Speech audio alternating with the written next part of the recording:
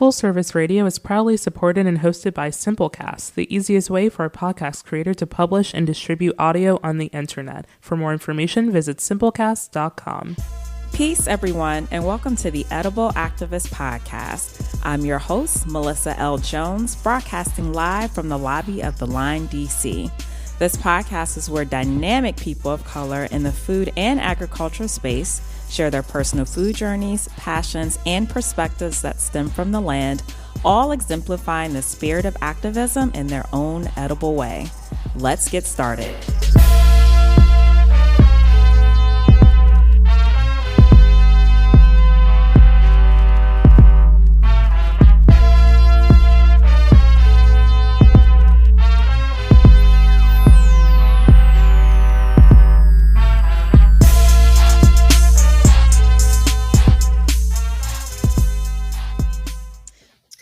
Sadness, devastation, hurt, anger, rage, let down, a little bit of laughter here and there, just some of the emotions that myself and many of you are feeling across the nation. With the deaths of Breonna Taylor, Ahmaud Arbery, and the gruesome murder of George Floyd, we are on edge.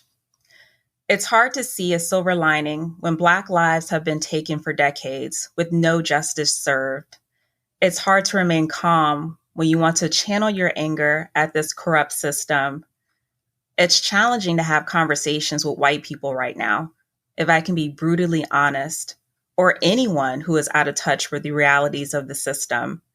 I'm just keeping it real. But to those who are on the front lines, signing petitions, doing check-ins on your friends and family, donating, practicing much needed self-care, whether you're in the garden, taking walks, addressing the root of racism and not tolerating it, I thank you, because we cannot fight alone.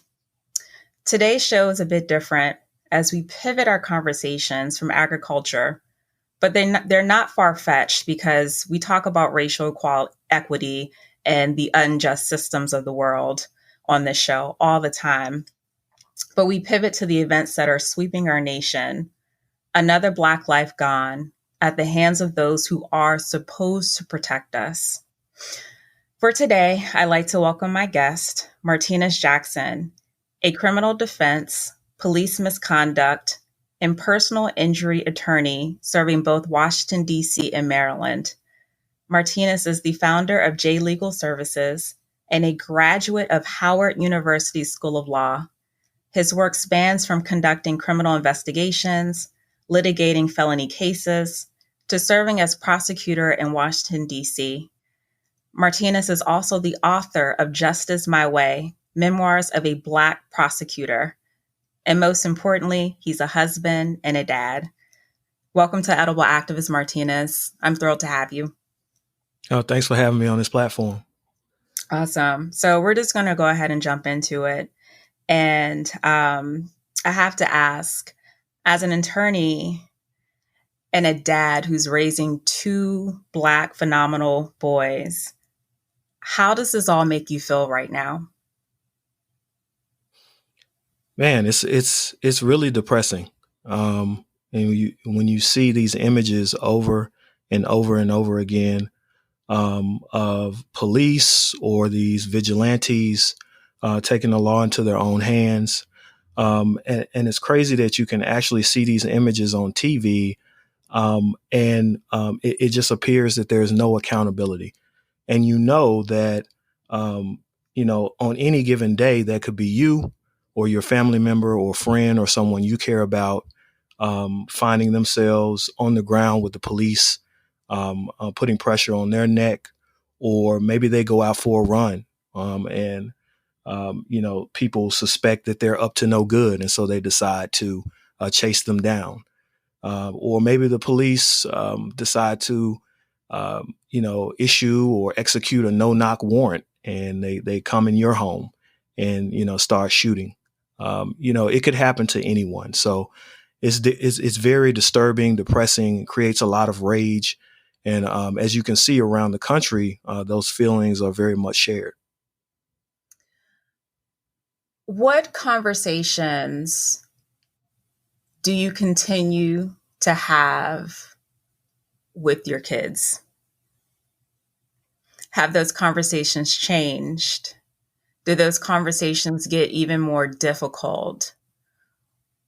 I really want listeners, our non-Black and our white listeners, to really understand what a conversation sounds like with your Black son, who on any given moment, as you said, this can happen to anyone, but we know who the targets are, who can just step out for a walk, be in the park, driving around the corner to a restaurant. What do those conversations sound like in your truest, your most truest words? What does that conversation sound like? Man, they're some of the most difficult conversations that you can have. I look at my son and some of the interests that he has. He's into the Hunger Games books, and he's a science guy, and he loves computers. And a lot of times his focus is not really on racial equity, not in the sense that he doesn't care about it, but just like you would expect any teenager to be, he's focused on other things. He just wants to live a normal life. And so and as a parent, you just want him to go through life not having to be concerned about these things. But when they come up in the media, and when you've experienced them yourself, you know that you have to prepare your child for anything that could happen, specifically this. And it's a tough conversation to have. We were watching CNN last night, looking at the riots and, just kind of discussing some of the issues that were coming up. And it's just tough. It's draining. It creates a lot of anxiety because you hope they get it. But at the same time, you look at these examples and you see that, you could try to prepare them as much as you can, and they can comply with the police and something could still happen to them. So I try to stay calm. I try to be rational. But, a lot of times those conversations end with me still feeling a bit hollow, to be honest. Wow. So let's touch a bit on your background as an attorney, and so we can give the audience a taste of who you are and why you decided to study law, and specifically focus on criminal defense, police misconduct, and personal injury, and your practice at J Legal Services. So let's just touch on that for a bit before we get into the bigger crux of our conversations. Yeah, so I am a Memphis native, born and raised. I lived there for 26 years. For anyone who knows anything about Memphis, it's a majority African American city. Definitely has its issues with poverty. And I grew up in a household that was very loving. And there were, on any given occasion, 6 or 7 people living in our home so that we could survive. I went to predominantly African-American schools. I experienced, a lot of the social issues that impact African-American communities, whether it's, poverty, absentee parents. I saw how that impacted the community growing up. As I entered college and became more aware about some of the things that kind of create those issues, it created a sense of duty to do something about it. And so I became a high school teacher. I was an English teacher for 3 years and a basketball coach at Memphis City Schools. And around my 3rd year, I started reading about law school and considering, a path as a lawyer. I read Johnny Cochran's book, A Journey to Justice, and that really inspired me. And I was like, you know what? I can always go back to teaching, but I really have this calling to practice law. And it's funny because before I even became a teacher, I wrote down the goals. I wrote down some goals for myself. And one of those goals was to graduate from Howard University School of Law. This was before I even I even knew that I would become a lawyer or even considered it. And so in 2013, I actually graduated at the top of my class at Howard University School of Law. And from there, I went into private practice for a year before becoming a prosecutor in DC. And then in 2017, I returned to private practice. And a little after 2 years of private practice, I started my own firm. And, I'm passionate about issues surrounding the Black community. So I decided to go into criminal defense and police misconduct, as well as personal injury. Wow. Wow. That was your goal, to graduate from Howard, and you knew that way back when. Oh my gosh. Oh my Yeah, gosh. it's crazy. I always wanted to go to a HBCU because of the sitcom A Different World. And I never really thought I would get the opportunity, but I'm glad I did. It really was a life-changing experience. So as we've been experiencing all this devastation from COVID-19 to the 100,000+ deaths that have happened and result to the coronavirus, police brutality, that is not a new issue whatsoever. The last couple weeks, my conversations have been, you all think the virus is a pandemic. Like, the oppression of Black people have always been a pandemic. Always, always. And for me, this is my first experience, me and along with a plethora of thousands of other people who are literally experiencing, death in front of our eyes and on social media, on TV, real time. Like, we have never seen anything like this, like, so spot on. And so the real pandemic are Black lives, Black men, Black women, Black kids, all of the systems, but Black lives. And so I really just want to unpack the reality that is, and again, a longstanding one, and one that's traumatic, because what we're seeing, Martinis, is trauma that's been happening for a very, very, very, very long time, a very long time. And so what are we seeing right now? Like, I know it's a question that's so straightforward, but I just feel like days I'm in a freaking twilight zone. We've seen the boycotting. We've seen we've seen photos of the civil rights movement. Like, we know the history, but as an attorney who's in this world, and your line of work, like, literally, what are we watching unfold here?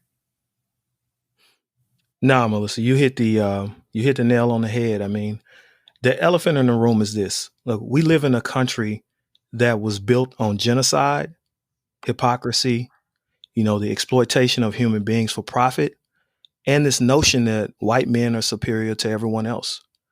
That foundation has and continues to have a lasting impact on generations of Americans. So for the oppressed, it's like, it's meant centuries of deprivation of, economic, social, and political power.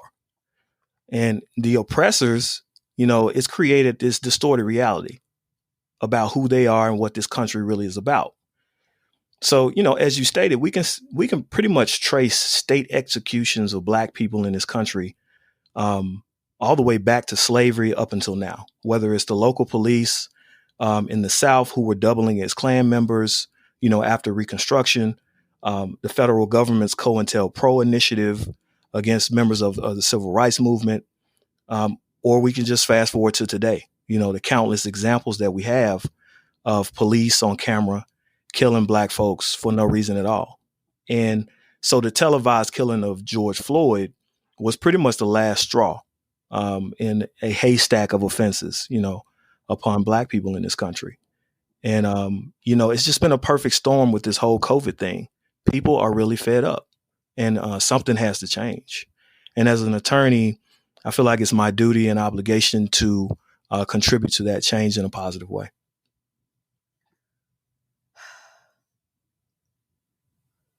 Perfect storm. Yeah.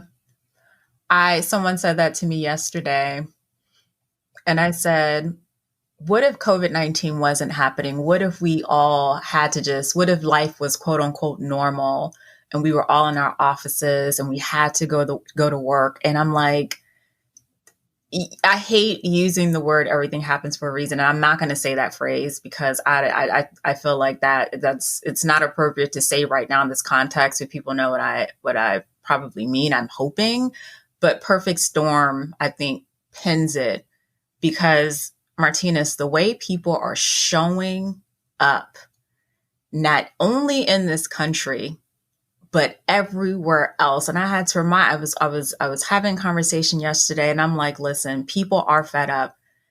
And let's remember the diaspora is spread across this entire nation, So though this happened in the US, we have people pulling up every single where. And that right there motivates me and gives me hope from the thousands and millions of people who are literally going hard. Let's keep it real, going hard. And so with that said, as someone who is protesting and they are, down on the mall, they're at the White House, they're in New Zealand, they're in New York City, they are everywhere. The police brutality that is happening against these protesters, there is no law and order there at all. So let me go back. So with the recent deaths and with our police task force that has been corrupt since forever, I need help in understanding what exactly needs to change for this not to happen anymore. Yeah. I mean, obviously it's a very complex question with a lot of different answers, but I think really honestly, the root of the problem of the criminal justice system is this notion that the life of a Black man or a Black woman has little to no value. Until we change that, everything else that needs to happen on the ground level at police departments across the country won't matter, right?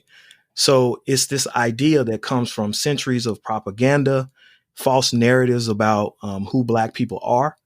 We're criminals, we're violent, we're lazy, we're uneducated. And of course, you have racist cops who abuse their power, but more often than not, you have law enforcement who aren't racist in the sense that they're looking for a Black person to kill, but they've been conditioned to believe that Black people are dangerous, or if they kill a Black person, there will be no repercussions. So the images we see in the media, the curriculums that we have in place for our children, all of those things kind of create this notion that Black lives don't matter, and as long as you have that, then that's going to be embedded in the minds of police officers, judges, prosecutors, and it's going to inform their decision making. So that, to me, is the beginning. Right?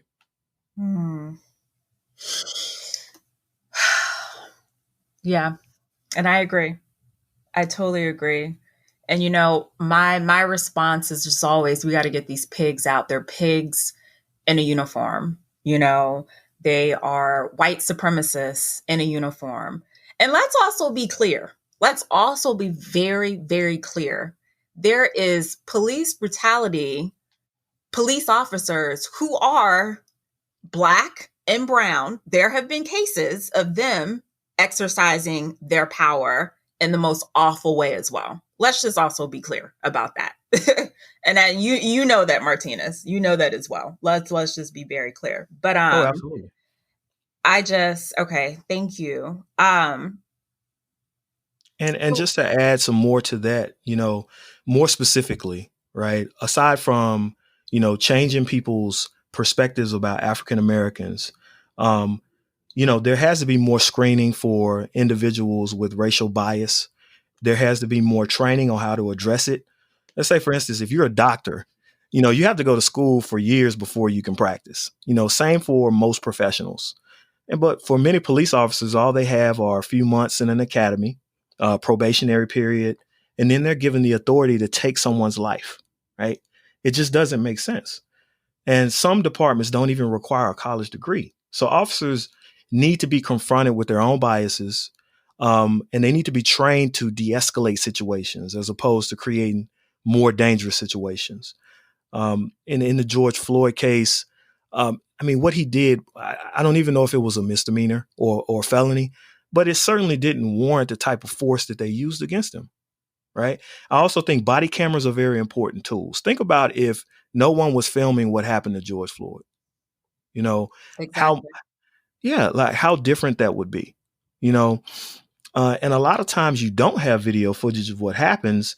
And then it's just the law enforcement officer's word against the victim, if the victim is even alive, like in the Michael Brown case, where the officer said he was charging at him. And there was no one else there to witness what happened. So each jurisdiction needs to pass laws holding police to the same standards as ordinary citizens when it comes to using deadly force. And there are some jurisdictions that are taking the lead. If you look at California, you can only use deadly force when it's necessary as opposed to reasonable under the circumstances. So those are just a few of the ideas that I have, specific to police departments that might help change things. Thank you. Thank you so much for that. So I want to talk about our rights as protesters. Because as I briefly mentioned a few moments ago, we have protesters all over the world who are showing up, pulling up, and I salute them, because we need them. And the attacks that our protesters in peaceful demonstrations are experiencing, it's out of control.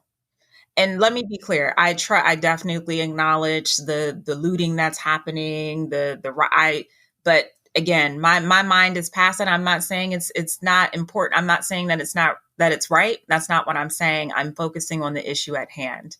And what I want people to remember when they listen to this episode and when you hear the words of us and our pain, please ask yourself, what is this? What is this in response to? I literally found myself almost getting into arguments with people. Why are you so freaking concerned about material possessions when Black people have been dying forever? None of them dying in peace. And you want peaceful protests. You want peaceful this. There was nothing peaceful how George Floyd went out. There was nothing peaceful about how Breonna Taylor got shot up. There was nothing peaceful about any of it. And you want peace. And you're upset because we are crowding the streets, or my brothers and sisters, and they are crowding the streets and they are angry. And you want peace. We want justice. Yep. We want justice. And so when our brothers and sisters, and I'm uniting us all at this point because everybody's out there. When we're out on the streets, they're getting pepper sprayed. They're getting beat like they're damn parents, like they're beating kids. They're getting tossed over. They're getting pushed when they're sitting there peacefully. And it's beyond me. And it's do you care about humanity? Do you know why we're fighting? I have literally been crying about this since the weekend. Wake up crying, go to sleep crying, people checking in on me. I'm checking in on folks. It's hurtful. So I'm having a moment, and I'm going to have many more moments. But I definitely want to touch on our rights as protesters and really just tips on how to handle what folks can do to handle themselves. Because Martinez, if this goes left, I'm afraid. Yeah. I'm really afraid. I'm really afraid. But as someone who's protesting, what are just some tips? What are some tips that people can just, stick in their pocket, have in their mind as they're protesting, using their rights to speak, to share how they feel, Right. No, I mean, as you stated, I mean, obviously you have a First Amendment right to protest peacefully on public property.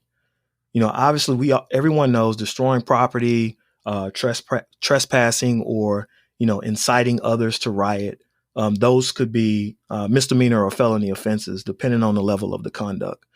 But if you're not doing anything illegal, then you should not be arrested. Now, we know in reality it's not always the case. We have Donald Trump, who, in order to conduct his photo op, sent troops out into a peaceful protest because, I guess he thought that was appropriate. But so even if you are, protesting peacefully, it doesn't necessarily mean that you won't be arrested.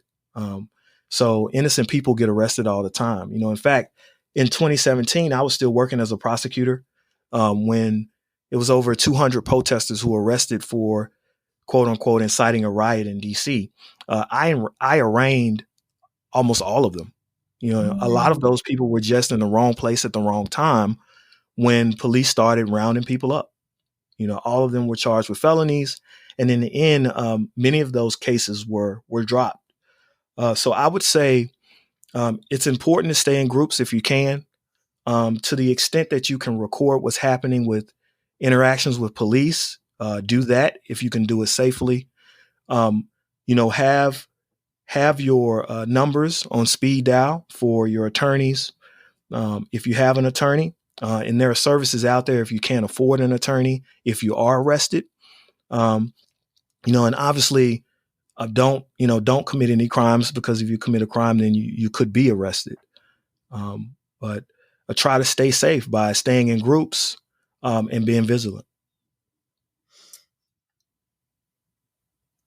Is it true that we have fake protesters out there, people out there pretending to be protesters, but they're cops? Is that a thing?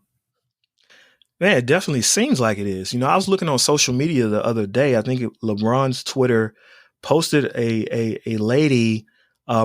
It looks like she was just taking a photo of herself boarding up a business with a business owner. But then after they took the picture, she just got in her car and drove off.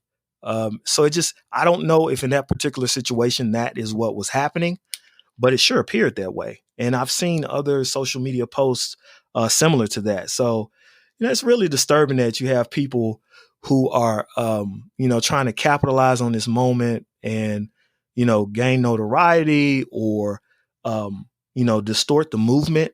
It's really sad that people are looking for opportunities to profit from this.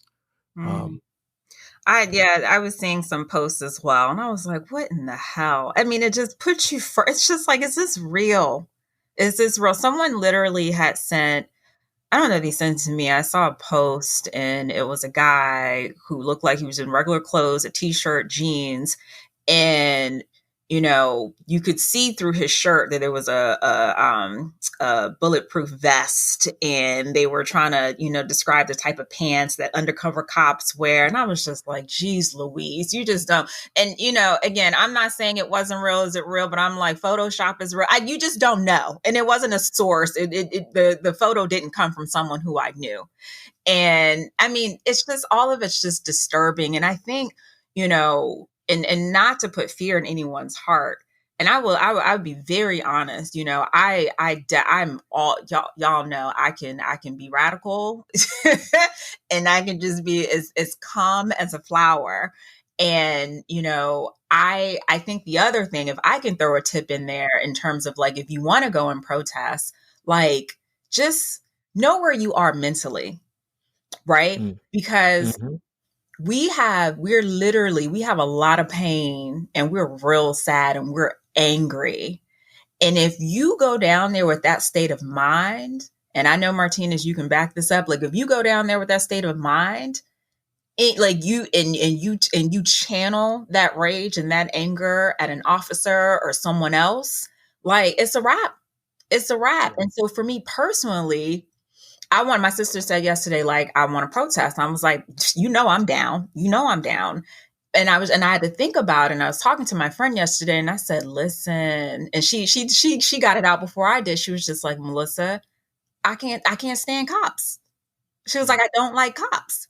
She was like, I see myself, like, I'm going to get arrested. I know myself mentally. And I said, it's better off that you understand what state of mind that you're in, and you understand the anger and rage that you have, and to say, you know what, let me just sit here, let me donate to these organizations, let me check in, let me do all this stuff. And I said to her, I was just like, I'm in the same, the fact that I have images of seeing myself bashing out a window, that's not cool, because I'm that upset, Martinez. I'm that upset. And then I got to call Martinez to come get me. I got to call you to come get me. Right. You got to pull up. And I laugh, but I am so serious, because we are angry and we are upset. And I don't want to carry that down to any protests, because I see myself just channeling that anger, and mama don't want me arrested. She don't want me arrested. Mama would just go crazy. She don't want me arrested. I don't want my, like, pepper spray, like, none of that. So, thank you for those tips. I really appreciate it. Martinez, I really don't like bringing this up, because I'm a firm believer in that, the words that you speak have energy, and you don't want to project something that you don't want to see, come to life if you really don't want it to happen. But I have to, and this has been weighing on my conscience, and I know me and thousands of other people, right? We are in this state of warfare right now. I mean, from freaking the National Guards to the military, it's all on social media. Like, people, it's, it's, again, a state of warfare, literally. And our fight ahead. But Martinez, if these officers, the remaining 3, we already got one in jail who's just sitting there. If the remaining 3 don't end up in jail, or if any of them don't get convicted, don't serve time, any of that, what do we prepare for? Because I'm afraid.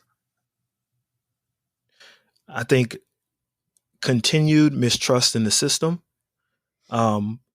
People just don't think the system is legitimate already, but you're going to have more folks of all races just seeking change. I think we can expect more of the same if we have the same leadership we have in the White House right now. People don't trust the system, and when they don't trust it, they rebel against it. And trust is built with honesty. So if we don't have leaders willing to be honest about the history of racism in this country, we can't even begin to build the trust necessary to heal these wounds. And if these wounds remain open, then, you're going to have people going out into the streets and taking the law into their own hands. And we've seen that happen. And that's the scary part. That's the scary part. That's the scary part. And I'm also afraid, because there's so much tension, Martinez. I'm afraid for the supremacist who's looking for us. Yeah. In these crowds. Again, I'm not trying to spark fear, but this is a reality. This is a reality. Tensions are high. Tensions are high. We have white people out here now who are literally targeting Black protesters. Literally. Yeah. And any other protesters, for that matter. That's who I fear the most.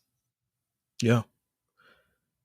It's a really scary moment in our history. And if you think about this country and how it was built, and if you think about revolutions all around the world, I mean, sadly, and I don't want to put it out in the air either, most revolutions involve some type of bloodshed. some type of war. Yes, you're right, Martinez. You're so right. Yeah, the British American Revolution, the Civil War in this country, civil rights movement. If you look at apartheid in South Africa, I mean, you can go anywhere there's been a revolution. There's been bloodshed in the streets. And it usually happens after people get sick of being peaceful and their voices not being heard. Yep. And that's all I've been thinking about.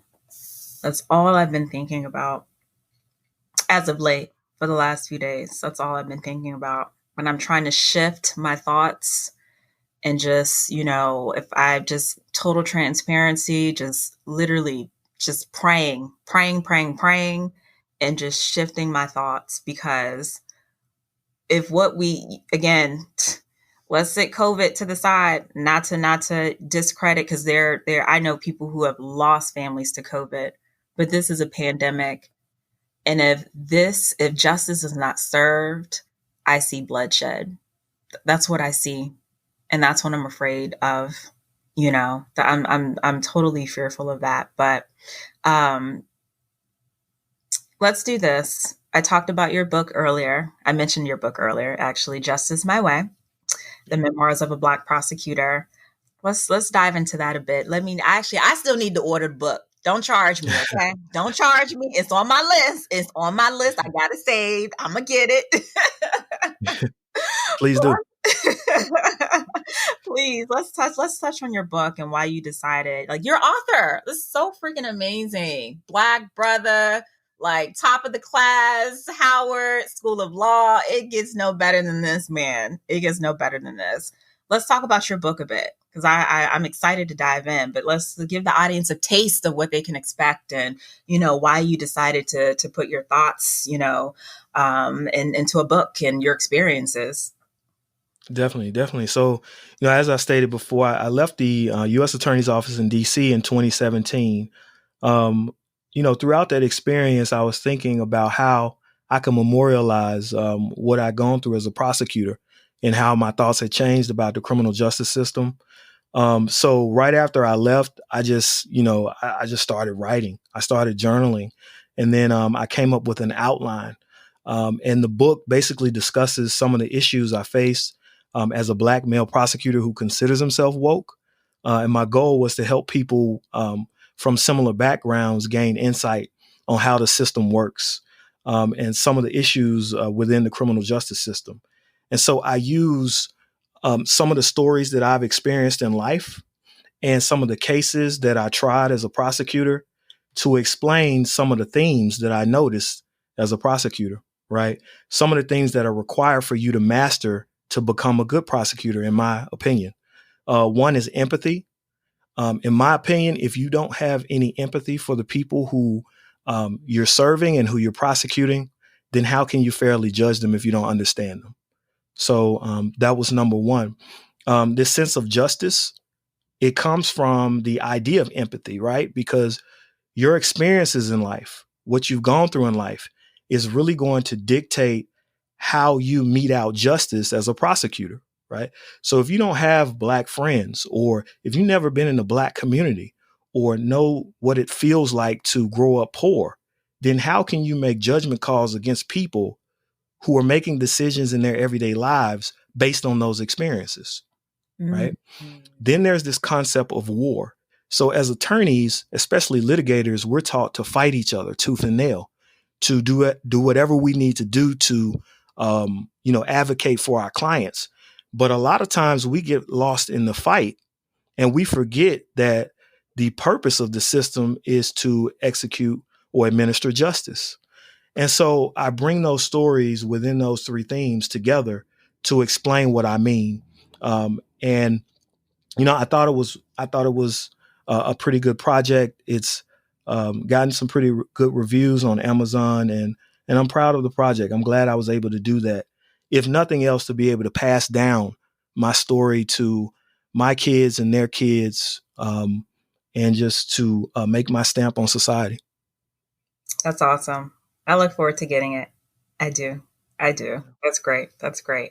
So, Martinez, where can folks find you? Where can they connect with you if they need your services, if they need to consult, if they just want to follow all the great work that you've been doing out there?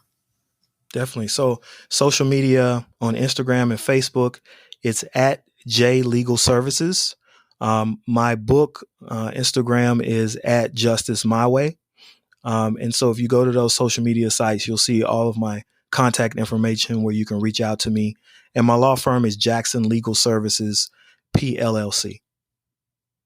Got it. Jackson Legal Services. You love how I gave you your business name and nickname? J Legal Services. That's okay. I can work with that. Thank you for allowing me to laugh on this show. Thank you. I needed it. I felt, it's been a few days and I was just in a rabbit hole along with everyone else. And, laughter just pulls me out of these holes. So I hope that our listeners can appreciate the humor that I always bring to these shows, but do understand that there's nothing funny that's been happening for decades in this world. And my heart and my support goes out to every single person who is fighting for justice, on the front lines, on the streets, but also checking people, checking racism at the door, checking biases at the door, holding uncomfortable conversations. You have to check yourself as well and want to learn. Martinez placed emphasis on that. You got to check yourself and you have got to want to learn. Unlearn, relearn, go seek those resources. But everyone who's checking it, those who are donating to the amazing Black-led movements out there, thank you so very much from the bottom of my heart. I even grapple, what more can I do? Just being very honest, what more can I do? And so I'm grateful to have this community where I pull people of color together every single week and we touch on race equity. We talk about the food system. We talk about agriculture, one that was built on the backs of Black people, slavery. Those conversations touch every facet of every single issue that's been happening in our country since forever. So again, I just thank you all for what you're doing. I hope that you tune into more of our episodes. I'm not going to, before we close out, we typically do a rapid fire, but we're actually going to change this up a bit because I want to honor the Black lives that have been lost. And so Martinez, if you can help me, every time I say a name, repeat after me. Some I'm going to repeat to place emphasis on those particular folks, beautiful individuals. And I encourage you all to say their names out loud as well. And before I get started, let me just be clear as well. This isn't just Black men, it's Black women as well. And I don't want to forget about the Black women who have lost their lives. I do not want to forget about them. It's easy, for Black women in general just to be left in the silos. But Black women have also lost their lives to the injustices of this world. And I just want to remind folks of that as well. So I'm going to say their names. And again, Martinez, just as I say a name, you repeat after me. You ready? Yep. Say their names. Breonna Taylor. Breonna Taylor. George Floyd. George Floyd. Sandra Bland. Sandra Bland. Ahmaud Arbery. Ahmaud Arbery. Breonna Taylor. Breonna Taylor. Tamir Rice. Tamir Rice. Sandra Bland. Sandra Bland. Trayvon Martin. Trayvon Martin. Breonna Taylor. Breonna Taylor. Oscar Grant. Oscar Grant. Sandra Bland. Sandra Bland. Eric Garner. Eric Garner. Breonna Taylor. Breonna Taylor. Philandro Castile. Philandro Castile. Sandra Bland. Sandra Bland. Samuel Du Bois. Samuel Du Bois. Breonna Taylor. Breonna Taylor. Walter Scott. Walter Scott. George Floyd. George Floyd. And we'll never forget our ancestors who died fighting for justice and from countless unjust acts, nor our brothers and sisters who were fatally killed by white supremacists and police. Take care of yourself, everyone. And remember, no justice, no peace. Thank you, everyone, for tuning in. We are here live on Full Service Radio every Wednesday at 11 a.m., where you can catch today's episode on fullserviceradio.org, as well as iTunes and Spotify. Be sure to follow me at Food Talks in Color on Instagram, Facebook, and Twitter. Are you an edible activist? Sure you are. Come join me on the show. I would love to feature you. Just shoot me a DM on the gram. Peace and blessings all. And remember, there is no culture without agriculture.